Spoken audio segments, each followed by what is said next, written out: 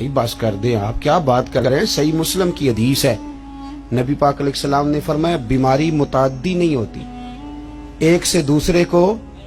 ایک شخص نے عرض کیا تھا یا رسول اللہ یہ میرے اونٹ کو خارش پڑ گئی ہے اس اونٹ کی وجہ سے, اس کو خارش تھی, یہ اس کے پاس گیا تو اسے بھی پڑ گئی. کیا سادہ جواب ہے اور کیا انداز تکلم ہے, تیرے آگے ہیں یوں دبے لچے فصحاء عرب کے بڑے بڑے, کوئی جان منہ میں زبان نہیں بلکہ جسم میں جان نہیں. کہا جناب میرے اونٹ کو اس اونٹ سے خارش پڑ گئی, تو ایک جملہ کہا نبی کریم نے.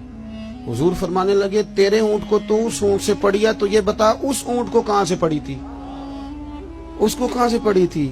اور اس کرنے لگی حضور وہ تو قدرتی معاملہ ہے. فرمایا یہ بھی قدرتی معاملہ ہے. تو فرمایا وہ بھی قدرتی ہے. اعلیٰ حضرت جلدی نہیں مانتے تھے. آپ کے سارے سائنسدان کہتے ہیں زمین گھومتی ہے, اور ہمارے بچوں کا تو بیچاروں کا دماغ گھومنے لگا جب سے یہ پڑھنے لگ گئے. زمین اتنی موٹی کتاب لکھی اعلیٰ حضرت نے, زمین ساکن ہے نہیں گھومتی.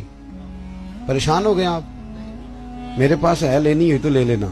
اتنی موٹی کتاب ہے اور 300 کے قریب دلائل دیے کہ زمین ساکن ہے. اعلیٰ حضرت فرماتے جب نبی پاک علیہ السلام نے فرما دیا کہ جب رب نے زمین کو پیدا کیا تو کانپنے لگی, تو رب کریم نے اس میں پہاڑ میخیں بنا کے قلعے بنا کے لگا دیے تو یہ ٹھہر گئی. فرماتے ہیں جب میرے نبی کی زبان سے نکل گیا ٹھہر گئی, تو سارے سائنسدان بھی کہیں تو ہم ماننے کو تیار نہیں. ہم کیسے مان جائیں, حضور نے کہہ دیا ٹھہر گئی تو لہذا ٹھہر گئی. اور اعلیٰ حضرت نے اس پر 300 کے قریب دلائل دی.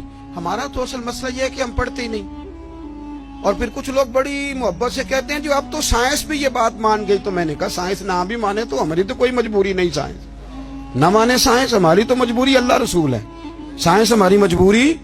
سمجھ آ رہی ہے بات کی. اسی طرح اعلیٰ حضرت کے زمانے میں نا کسی نے کہا تھا کہ کشش ثقل ہے,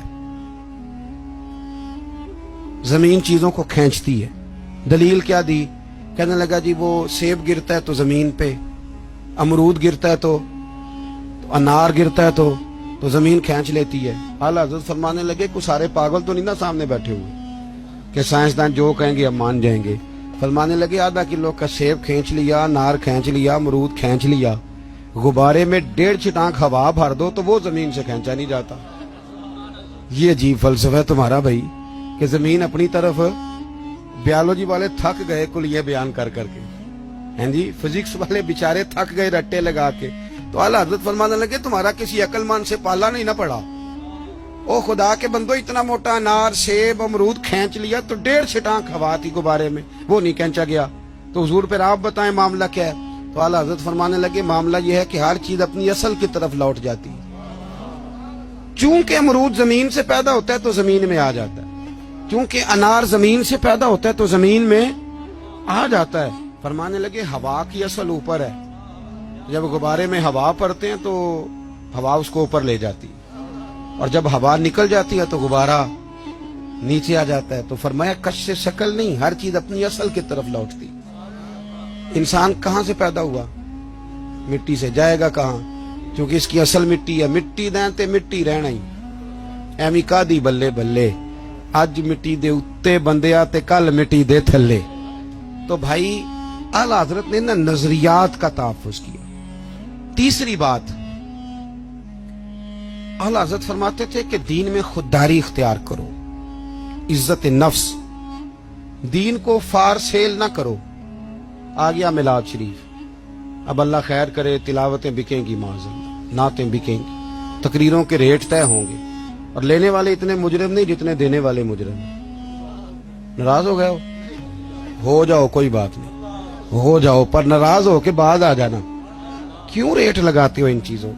اعلیٰ حضرت فرماتے ہیں, اور پھر میرے اسٹیج پہ نا جو سب سے سبحان اللہ کہلوارا ہوتا ہے نا, وہ خود کبھی بھی نہیں کہتا, انہیں دوجیاں تے فرض کیتی ہے, اور پھر کہتے ہیں جس کا ایمان پکا ہے نا وہ ہاتھ کھڑے کر لے. تو میں کہا جنہیں تازہ بائی پاس کرایا بیچارے نے, وہ تو فوت ہو جائے گا ہاتھ کھڑے کرے گا.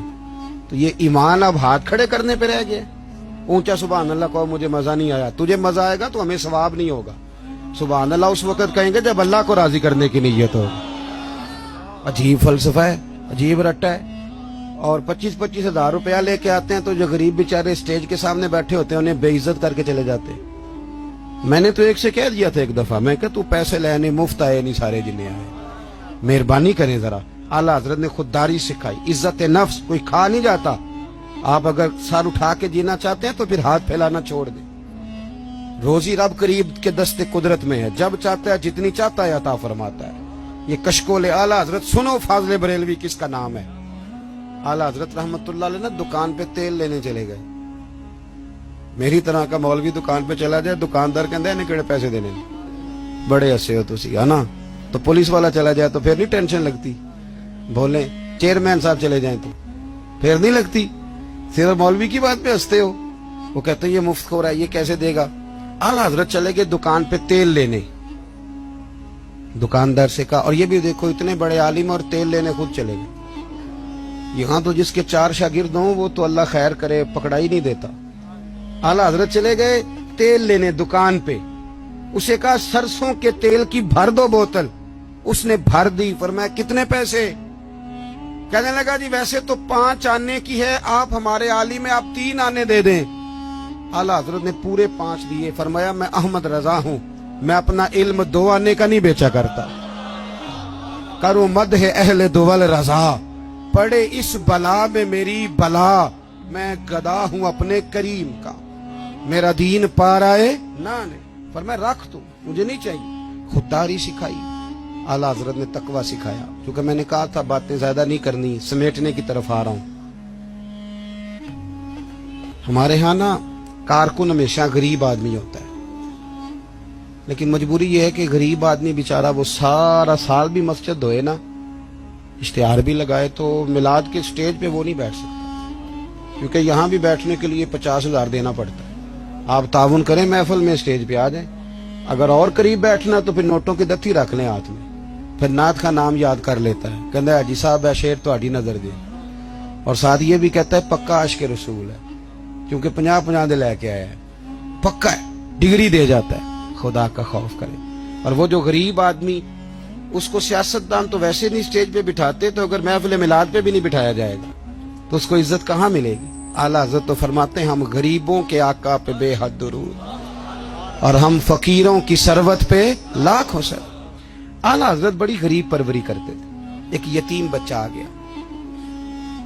سید ایوب علی صاحب رضوی رحمت اللہ علیہ آپ کے خلیفہ ہیں. کبھی اللہ آپ کو توفیق دینا تو میانی صاحب قبرستان جائیں اور سید ایوب علی صاحب کی قبر پہ ضرور فاتحہ پڑھ کے ہیں, کیونکہ اعلیٰ حضرت کو جتنا لوگوں تک پہنچایا ہے اس میں 75% حصہ سید ایوب علی صاحب کا. سید ایوب علی رضوی صاحب رحمت لاہور میانی صاحب میں آپ کا مزار ہے. سید ایوب علی صاحب کہتے ہیں کہ ایک بچہ آ گیا اعلیٰ حضرت سے, کہنے لگا حضور میں یتیم ہوں, والد فوت ہو گیا, اکیلا ہوں, میری ماں ہے, تو اگر کوئی غریب دعوت کرے تو آپ آ جائیں گے.